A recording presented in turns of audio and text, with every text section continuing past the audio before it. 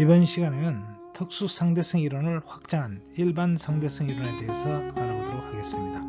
일반 상대성 이론은 아인슈타인이 1915년에 발표한 중력을 상대론적으로 다루는 물리 이론입니다. 특수 상대성 이론에서는 시공간을 4차원 기하학으로 나타낼 수 있는데 중력은 여기에 시공간의 휘어짐으로 포함될 수 있습니다.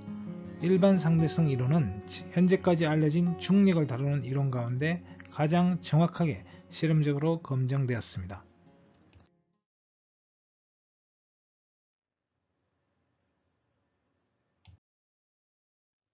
일반 상대성 이론은 특수 상대성 이론을 가속계에서도 성립할 수 있도록 확장한 것입니다. 가속은 질량에 의해서 일어날 수 있기 때문에 결국 질량을 포함한 일반적인 상대성 이론이 되겠습니다. 또한 이것은 중력에 대한 새로운 이론이라고 할 수 있는데 뉴턴의 중력 이론을 대체할 수 있습니다. 일반 상대성 이론의 기본 공주는 첫째, 상대성 원리가 성립한다는 것입니다. 질량이 없는 곳에서는 특수 상대성 원리에 의해서 지배되고 또 질량이 있는 곳에서는 등가 원리에 따라서 중력과 그리고 이제 가속을 구분할 수 없다는 것입니다. 그러니까 관측자는 이것이 중력에 의한 가속인지 중력에 의해서 이제 물체가 낙하한다면 중력에 의해서 떨어지는지 이것이 가속 상태에 있는 것인지 그것을 구분할 방법이 없다는 것입니다. 등가원리는 중력과 관성력이 동등하다는 것입니다. 엘리베이터 안에 우리가 엘리베이터 안에 있다고 했을 때 물체가 아래로 떨어지고 있다면 이것은 중력에 의해서 낙하하는 것으로 생각할 수 있습니다. 그러나 또 한편으로는 이제 위쪽으로 이 엘리베이터가 가속되고 있다면 관성력에 의해서 아래쪽으로 이제 힘을 받게 되는데 결국 엘리베이터의 가속에 의해서 물체가 낙하하고 있는지 중력장에 의해서 물체가 아래로 끌리고 있는지를 구분할 수가 없다. 결국 이 두 가지는 동등하다는 것입니다. 이것은 다시 말해서 중력 질량과 관성 질량이 동등하다 하는 것을 의미합니다. 이 원리에 따라서 엘리베이터 속에서 빛이 만약에 아래쪽으로 휘어진다면 이것은 중력에 의해서 휘어지는 것인지 아니면 엘리베이터가 가속되면서 휘어지는지 알 수 없다는 것이죠. 이것은 다시 말해서 이 빛 자체도 중력에 의해서 휘어질 수 있다는 것을 의미합니다. 결과적으로 중력은 시공간의 힘으로 대체할 수 있습니다. 질량은 공간을 휘기하고 그리고 일단 공간이 휘어 있다면 빛은 그 휘어진 공간을 따라 진행하는데 결국 빛은 이제 질량에 의해서 휘어진다. 이렇게 말할 수도 있다는 것이죠. 일반 상대성 이론으로부터 도출되는 중요한 결과는 질량에 의한 시공간 변형이 발생한다는 것입니다. 그래서 이 천체 주위를 지나가는 빛이 휘어질 수 있고 또 천체로부터 빠져나오는 빛의 파장이 길어지는 현상이 발생할 수 있습니다. 그것은 질량에 의한 공간 변형이 일어나기 때문인데 공간을 전파하는 빛의 경로가 질량 근처를 지나가게 되면 중력 편의 현상이 일어나는데 그것은 질량 가까이 다가갈수록 이 공간이 수축하기 때문에 나타나는 현상입니다. 그리고 또 중력에 의한 시간 변형도 일어나는데 질량 가까이 다가갈 때 시간에 지연이 일어납니다. 그래서 빛의 중력 즉시 편의 현상이 나타날 수 있습니다.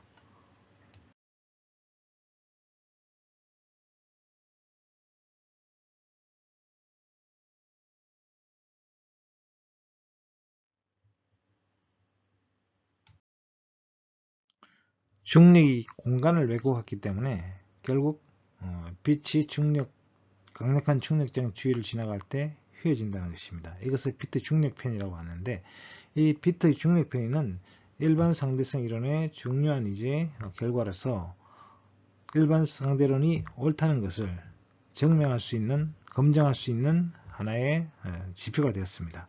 그래서 이것을 확인하기 위해서 영국 에딩턴은 1919년 5월 29일에 일어난 계기일식 때, 이 계기일식은 서아프리카 해안과 브라질에서 관측할 수 있었는데, 이 계기일식 관측으로 실제 아인슈타인의 일반 상대성 이론으로서 예측되는 만큼 중력 편의가 일어나는지를 관측하였고, 그것이 사실로 확인됨으로써 일반 상대론이 옳다는 것이 증명이 된 중요한 실험이 되겠습니다.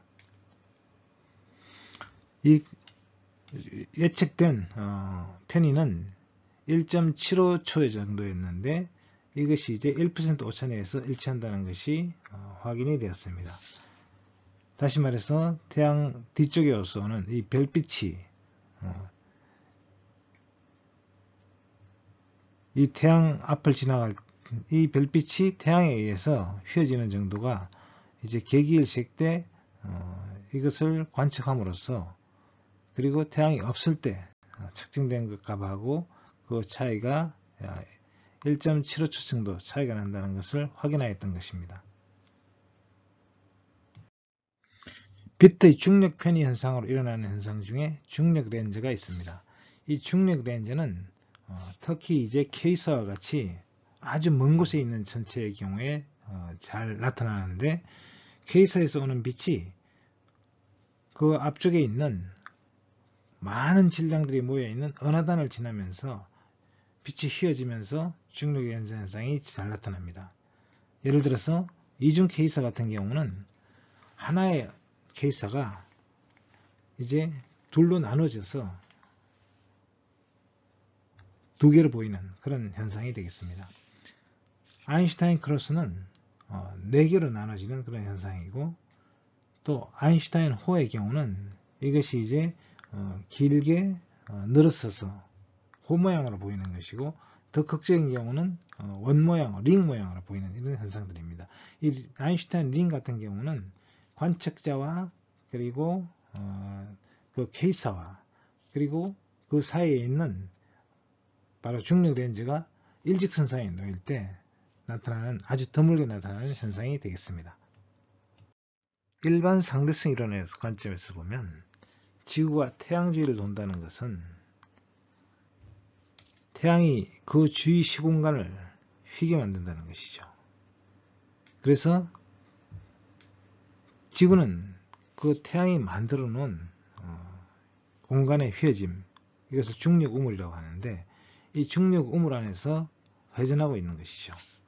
그리고 이 지구는 속도를 가지고 있기 때문에 이 우물 속으로 빠지지 않고 계속 공전할 수 있다는 것이죠. 이것이 이제 일반 상대론적 관점에서 중력을 이제 해석할 수 있는 것입니다. 그래서 뉴턴의 만유인력 법칙을 적용하지 않고 일반 상대성 이론에 따라 시공간의 힘을 통해서, 그리고 이 지구의 이제 공전 속도를 가지고 지구가 태양 주위를 돈다는 것을 설명할 수 있습니다. 중력은 공간을 왜곡시킬 뿐만 아니라 시간도 왜곡시킵니다. 중력이 강한 곳에서는 시간은 느리게 흐릅니다. 1960년대 파운드와 레베카 등은 지표면과 22.6m 높이 탑에서 철 57원자로부터 방출되는 감마선의 진동수를 비교하는 실험을 했습니다. 그 결과 높은 곳과 낮은 곳 사이에 약 2초 정도의 31,700년의 2초 정도 시간이 늦어진다는 것을 발견했습니다.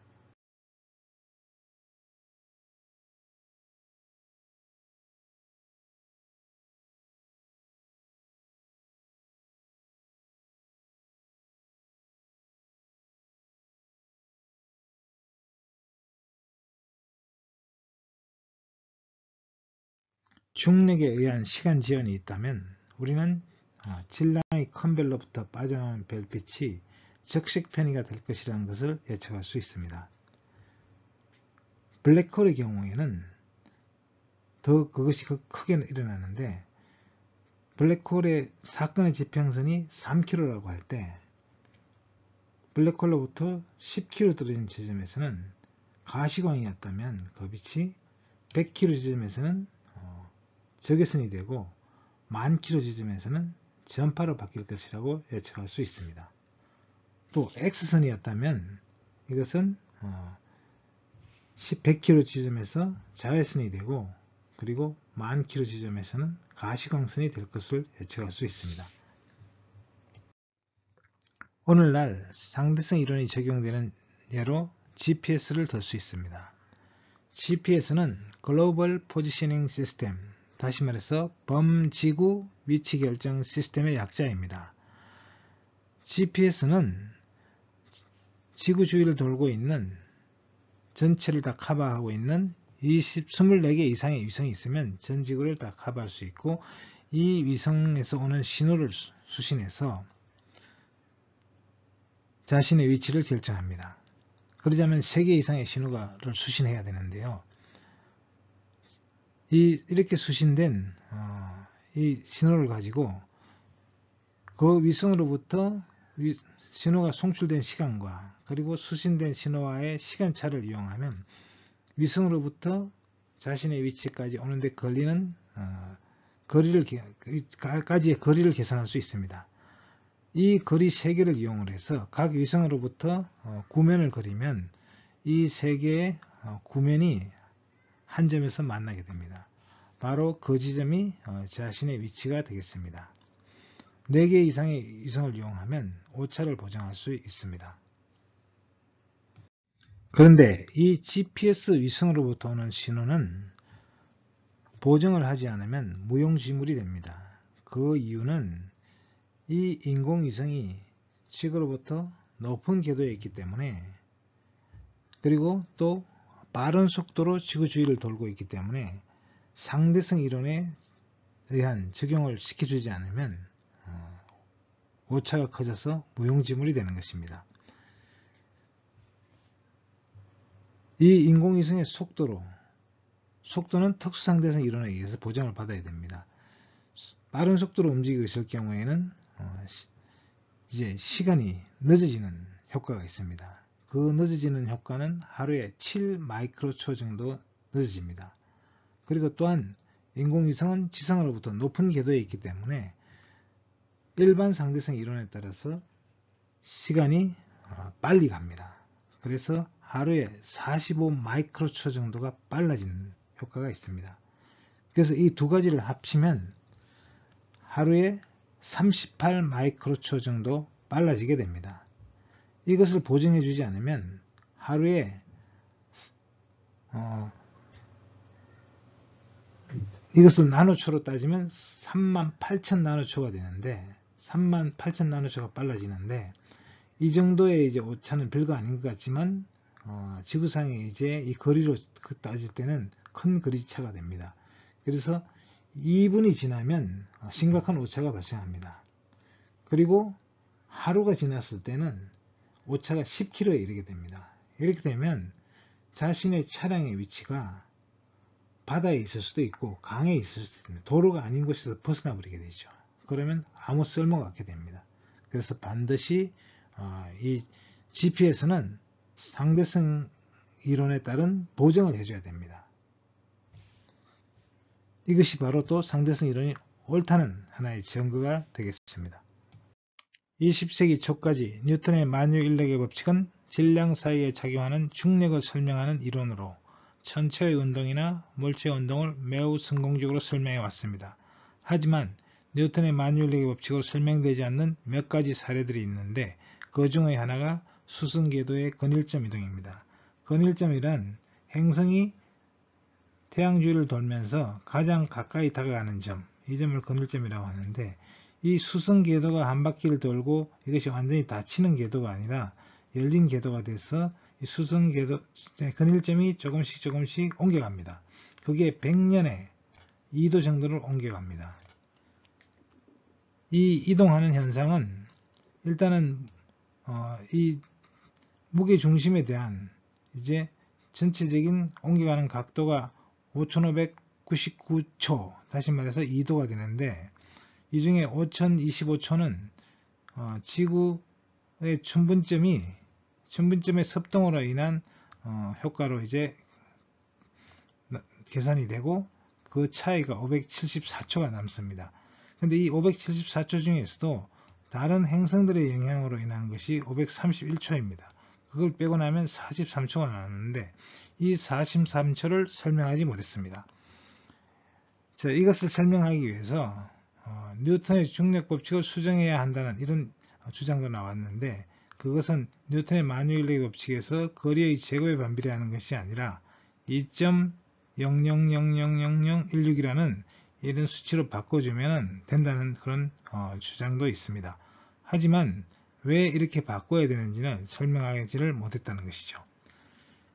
그런데 일반 상대성 이론에서는 이 중력에 대한 새로운 해석이죠. 그래서 이 이론에 따른 보정값으로 계산을 해보면 이것이 42.98초가 나옵니다. 그래서 이 43초를 아주 성공적으로 잘 설명할 수 있어서 일반 상대성 이론이 옳다는 하나의 증거로 쓰이게 됐습니다. 일반 상대성 이론은 뉴턴의 중력 이론으로 생각지도 못했던 여러가지 새로운 중력 현상을 예측해냈습니다.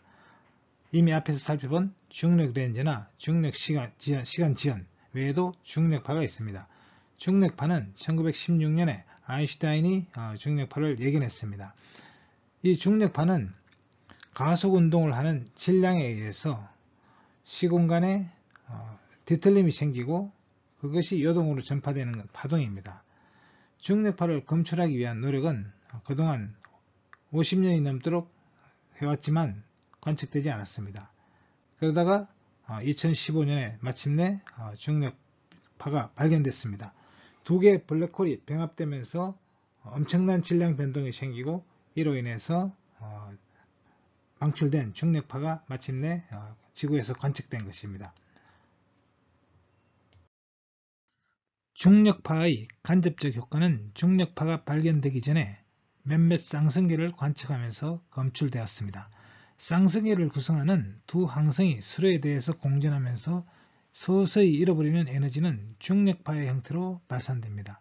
보통의 별에서는 이렇게 잃는 에너지가 너무 작기 때문에 중력파를 검출할 수 없지만 1974년 PSR 1913+16이라는 펄스 쌍성계에서 에너지가 발견되었습니다.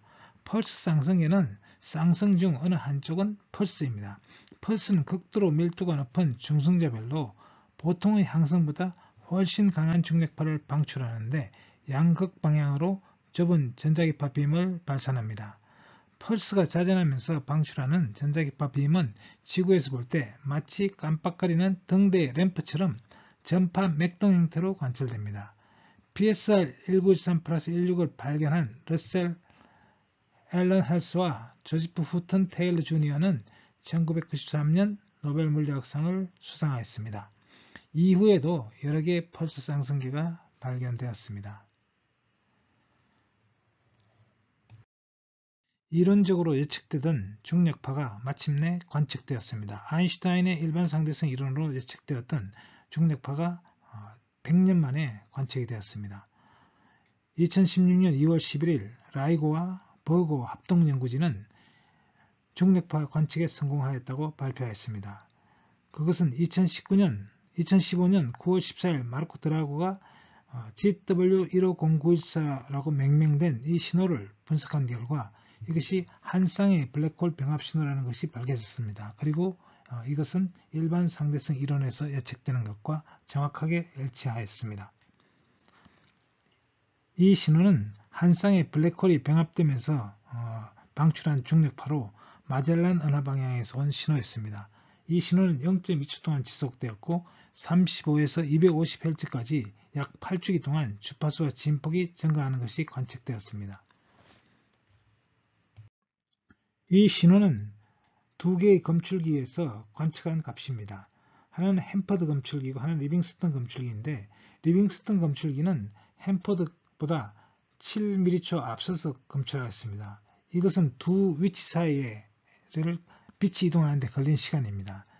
그래서 이 신호가 정확하게 같은 신호라는 것을 알게 됐습니다. 신호 위에 있는 신호는 실제로 관측기가 관측한 신호이고 밑에 있는 신호는 일반 상대성 이론에 따라서 예측된 신호입니다. 이것이 정확하게 일치한다는 것이 확인되었습니다. 2015년 9월 14일에 최초로 중력파가 발견된 이후 여러 차례에 걸쳐서 중력파가 관측되었습니다. 최초로 관측된 것은 지구로부터 약 13억 광년 거리에 있는 쌍성, 태양 질량의 36배와 29배인 이 별이 병합되면서 이 블랙홀이 병합되면서 방출한 중력파이고, 두 번째로 발견된 것은 2015년 12월 26일입니다. 태양 질량의 8배와 14배인 블랙홀이 역시 병합이 되면서 중력파를 방출하였습니다. 지구로부터 약 14억 광년 거리에 있고, 세 번째로 발견된 것은 지구로부터 약 30억 광년 거리에 있는 태양 질량 31배와 19배의 블랙홀의 병합 관측이었습니다. 그리고 2017년 9월 28일에는 태양 질량의 31배와 25배인 블랙홀의 병합으로 방출된 중력파를 관측하였습니다. 블랙홀은 극도로 높은 중력을 가지고 있는 천체입니다. 탈출 속도가 광속을 넘어버렸기 때문에 빛을 포함한 그 어떤 물체도 그 천체로부터 탈출할 수 없습니다. 블랙홀이라는 이름은 빛조차 빠져나가지 못하므로 검은 구멍만 보일 뿐이라서 붙여진 이름이지만, 실제는 이름처럼 공간에 구멍이 뚫린 것이 아니라 그냥 별의 잔해입니다. 다만 물질이 뭉쳐질 수 있는 한계까지 압축된 잔해입니다. 우주에 블랙홀이 있을 수 있다는 것은 어떻게 알아냈을까요? 블랙홀의 존재는 물리학 이론을 통해서 예측되었습니다. 영국의 존 미첼은 뉴턴 역학을 적용하여 블랙홀이 존재할 수 있다는 것을 알았고, 독일의 카를 슈바르실트는 일반 상대성 이론을 적용하여 블랙홀이 존재할 수 있다는 것을 알았습니다. 그리고 X선 관측으로 우리 은하 안에 있는 유력한 블랙홀 후보들이 발견되었습니다. 먼저 뉴턴 역학을 통하여 예측된 블랙홀에 대해서 알아보겠습니다. 1783년 영국의 존 미첼은 별의 질량이 너무 커지면 보이지 않는 별이 된다고 주장했습니다. 별빛은 별의 중력을 받는데, 별의 중력이 너무 커지게 되면 별에서 빠져나와야 될 빛이 별을 빠져나오지 못하고 다시 별 속으로 떨어지게 됩니다. 이렇게 되면 이 별은 외부에서 보이지 않는 별, 즉 검은 별이 된다는 것입니다.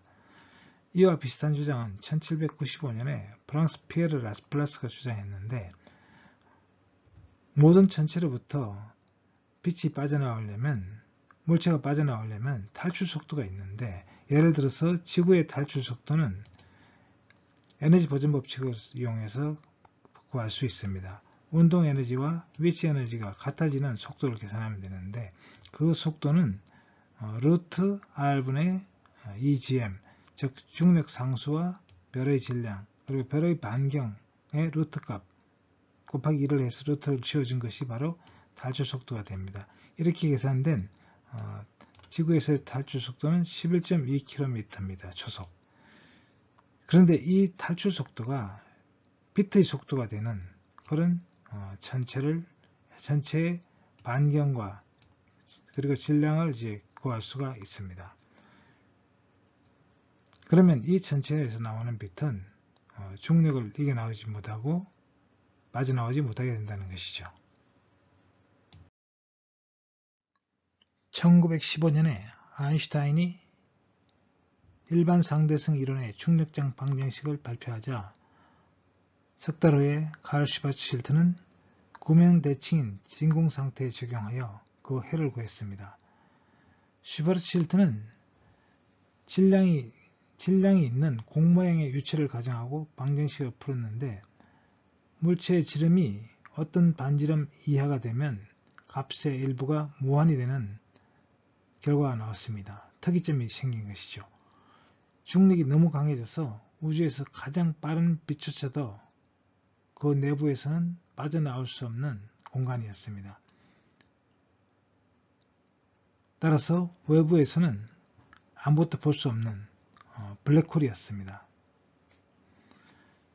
이 반경을 슈바르츠실드 반경이라고 부르는데 이 값은 이미 앞에서 라플라스가 구했던 식과 같은 결과였습니다.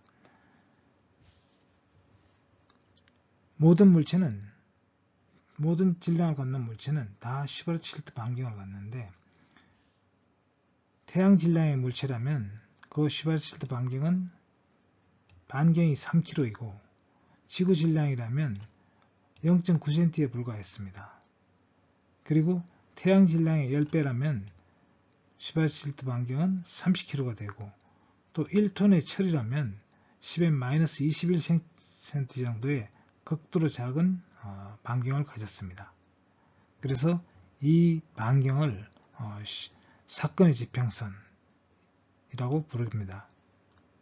그 내부에 이제 특이점이 있습니다. 1930년대 천체 물리학자들은 초신성 폭발로 생성되는 남은 물질에 대한 연구를 하고 있었습니다.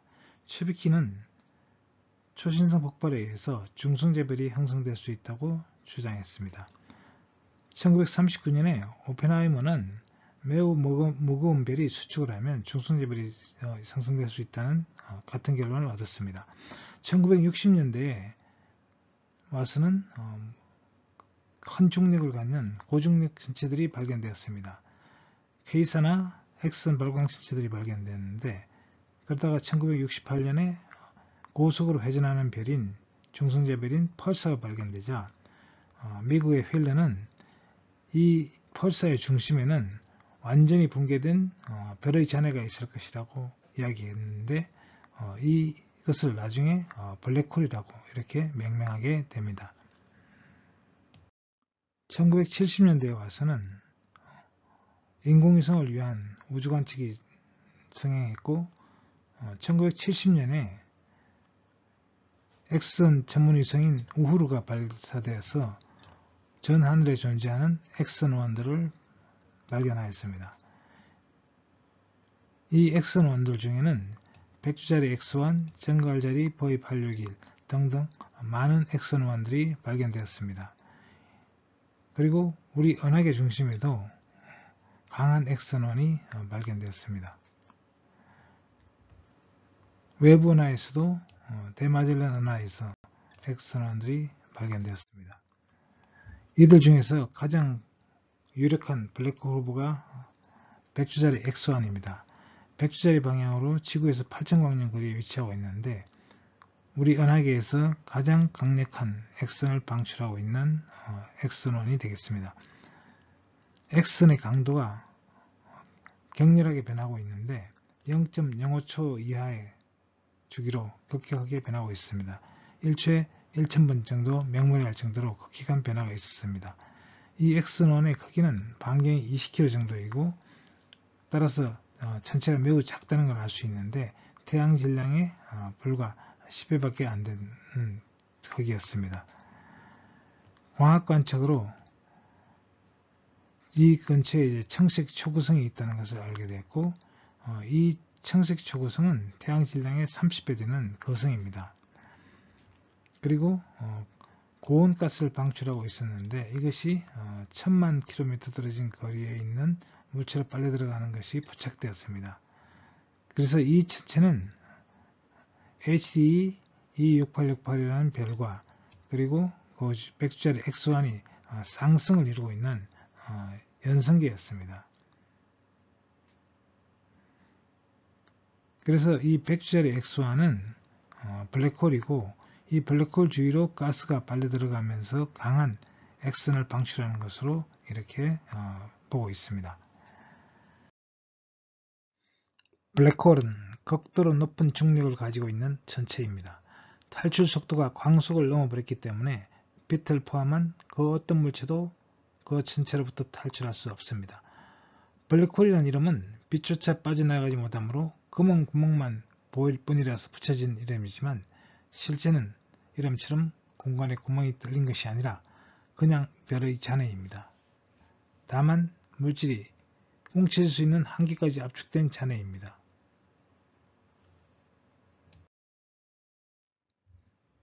블랙홀은 여러가지 유형이 있습니다.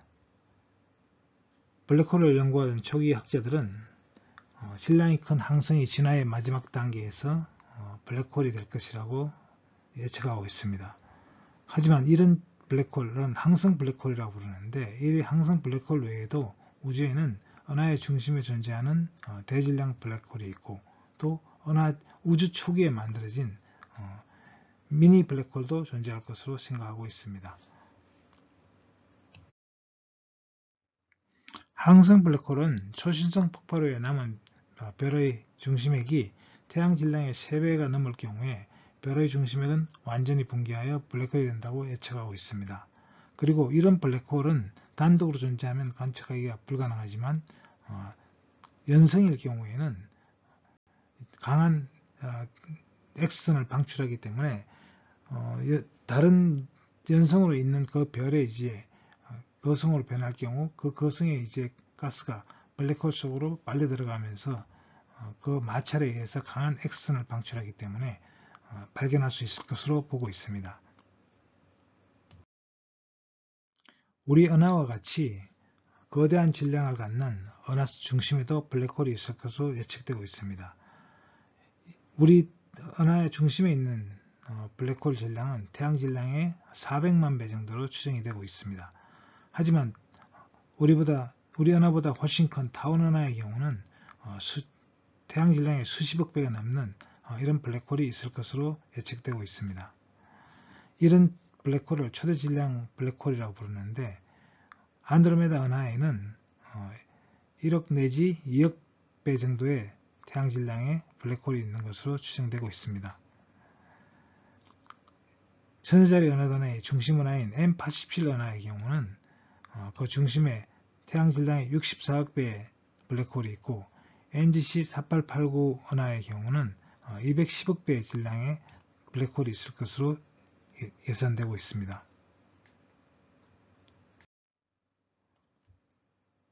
이 사진은 2019년 4월 11일 인류가 최초로 이제 블랙홀 화상을 촬영한 천여자리 은하단의 중심 은하인 M87 은하의 중심에 있는 블랙홀을 찍은 사진입니다. 이 블랙홀의 질량은 태양 질량의 약 70억 배로 추정되고 있습니다. 이 그림은 초대 질량 블랙홀 속으로 빨려 들어가고 있는 별의 모습을 보여주고 있습니다. 이것은 상상도입니다. 원래는 구형의 별이지만 이것이 블랙홀 가까이 다가가면서 블랙홀의 강한 조성력에 의해서 이 별이 길게 늘어난 모습을 하고 있습니다. 그만큼 이 블랙홀의 조성력은 강하기 때문인데, 그리고 빨려 들어가면서 산산조각이 나서 이 가스가 돼서 블랙홀 속으로 빨려 들어가고 있습니다. 이것은 관측 사진으로 왼쪽에 있는 것은 찬드라 X의 X선 사진으로 촬영한 것입니다. 블랙홀 중심의 온도가 블랙홀을 둘러싸고 있는 이 강차구 원반의 주위에 온도가 100만 도를 넘어가기 때문에 X선 사진에서는 밝게 빛나고 있습니다. 그리고 광학 사진에서는 이 주위에 돌고 있는 강차구 원반들의 모습이 보이고 있습니다. 그 주위를 둘러싸고 있는 별의 가스 구름들이 보이고 있습니다. 우주 초기에도 밀도 요동으로 블랙홀이 생성될 수 있다는 것이 호킹의 연구로 밝혀졌습니다. 이 블랙홀은 질량이 10의 -5성g에서 최대 10의 15성g까지 있을 수 있을 것으로 예측되고 있습니다. 그리고 이 블랙홀들은 시간이 지남에 따라 질량을 잃고 증발하기 때문에 현재도 존재할 가능성은 있지만 많은 블랙홀들이 증발되었을 것으로 보고 있습니다. 질량이 10억 톤이고 양성자 크기 이상의 블랙홀이 남아있을 가능성이 있을 것으로 예측되고 있습니다. 블랙홀은 다른 천체들, 예를 들어서 별이나 은하처럼 복잡한 구조를 갖지 않습니다. 외부적으로 드러나는 블랙홀이 갖는 유일한 특성은 질량과 회전과 그리고 전하량 뿐입니다. 이를 근거로 물리학자들은 블랙홀을 4가지 유형으로 분류하고 있습니다. 첫 번째는 슈바르츠-실트 블랙홀입니다. 이것은 회전하지 않고 전하를 띄지 않는 질량만 갖고 있는 블랙홀이 되겠습니다. 이 블랙홀은 중심에 특이점이 있고 그리고 그 주위에 슈바르츠-실트 반경을 갖는 사건의 지평선이 있습니다. 두 번째는 자전하는 블랙홀입니다. 이 블랙홀은 커 블랙홀이라 부르는데 질량을 갖고 그리고 자전하고 있습니다. 많은 별들이 자전하고 있다가 블랙홀로 바뀌기 때문에 블랙홀은 대부분 자전하고 있을 것으로 예측되고 있습니다. 커 블랙홀의 특이한 점은 특이점이 점이 아니라 고리형 특이점을 갖는다는 것입니다. 그리고 사건의 지평선 바깥에 에르고 영역이 존재한다는 것이 다른 점입니다. 세 번째는 라이스너 노르드스트롬 블랙홀입니다. 이 블랙홀은 전하를 가지고 있는 블랙홀입니다. 질량과 전하를 가지고 있는 블랙홀입니다. 이 블랙홀은 특이점 주위에 사건의 지평선 외에 내부에 코시의 지평선을 하나를 더 갖는다는 특징이 있습니다. 그리고 네 번째는 커 뉴먼 블랙홀입니다. 이 블랙홀은 질량과 전하를 갖고 있고 또 회전하고 있습니다. 가장 복잡한 형태의 블랙홀인데 이 블랙홀은 내부에 고리형 특이점을 갖고 그리고 사건의 지평선 안쪽에 코시의 지평선과 그 바깥에 에르고 영역이 있다는 점에서 차이가 있습니다. 블랙홀은 극도로 높은 중력을 가지고 있는 천체입니다. 탈출 속도가 광속을 넘어버렸기 때문에 빛을 포함한 그 어떤 물체도 그 천체로부터 탈출할 수 없습니다. 블랙홀이라는 이름은 빛조차 빠져나가지 못하므로 검은 구멍만 보일 뿐이라서 붙여진 이름이지만 실제는 이름처럼 공간에 구멍이 뚫린 것이 아니라 그냥 별의 잔해입니다. 다만 물질이 뭉쳐질 수 있는 한계까지 압축된 잔해입니다.